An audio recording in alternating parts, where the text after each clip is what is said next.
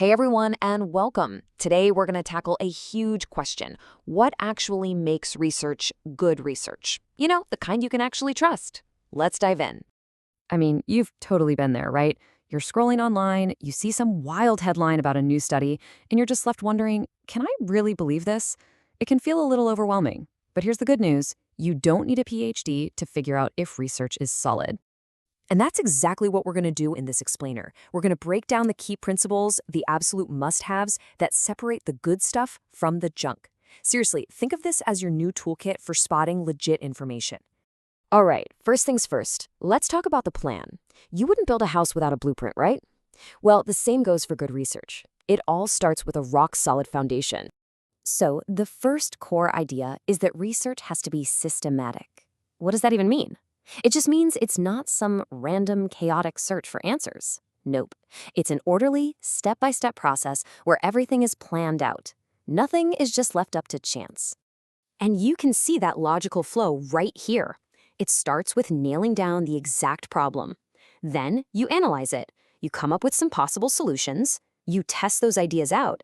And only then do you choose the best way forward. See how each step just builds right on top of the last one? It's all connected. Now, along with having a plan, the process has to be objective. And this one is, well, it's a huge deal. It means the researcher can't have their thumb on the scale. Their job is to follow the facts, wherever they lead, not to push for the answer they want. The conclusions have to come from the data, period. No personal feelings, no biases allowed.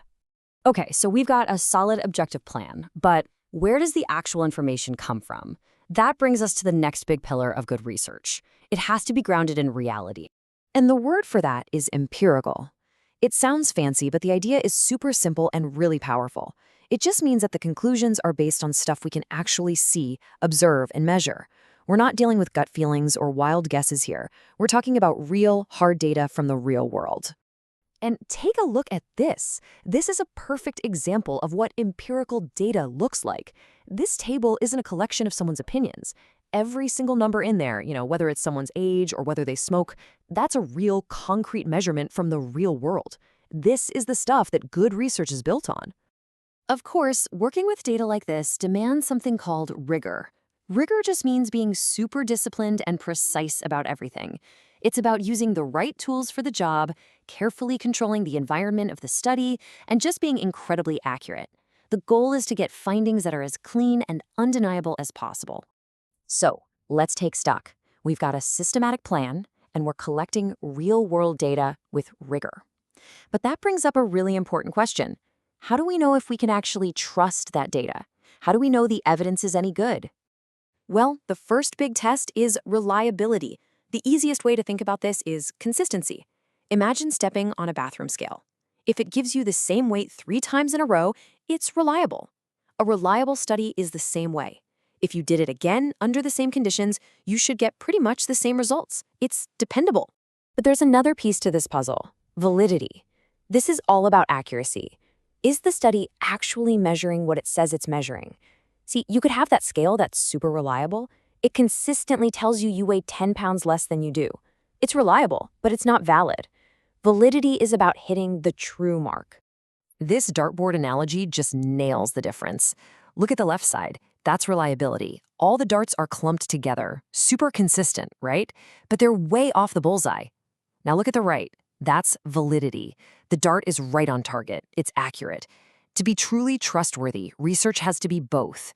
You need to be consistent and accurate. Okay, so let's say we've got a study that's reliable and valid. The findings are trustworthy. Great. But what now? How do the results from, say, a few hundred people actually mean anything for the rest of us? This is where we zoom out to the bigger picture. And that's where this idea of generalizability comes into play. It's this awesome concept that if you study a small group, a sample, in the right way, what you learn from them can actually apply to a much, much larger group or even a whole population. This is what makes a small study have a huge impact. So for example, let's say a researcher studies burnout in a group of 500 nurses.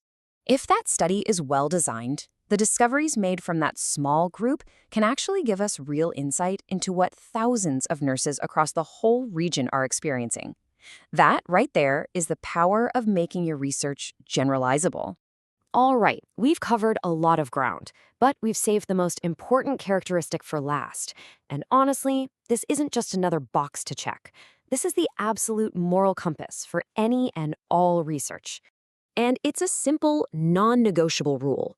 Good research must be ethical. End of story. We're not just talking about paperwork and following a rulebook here. We're talking about honoring the incredible trust that people put in researchers when they agree to be part of a study. The top priority always has to be protecting the people involved, their rights, their welfare, their dignity. There are zero exceptions to this. And this is all guided by a few core principles. Things like respecting every single person and making sure they know exactly what they're signing up for.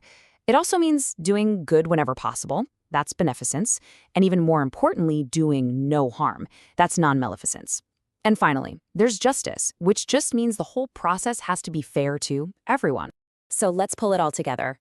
The next time you see a study, you've got a checklist you can run through in your head. Ask yourself, does it have a clear, objective plan? Is it based on actual, real-world evidence? Are the results both consistent and accurate?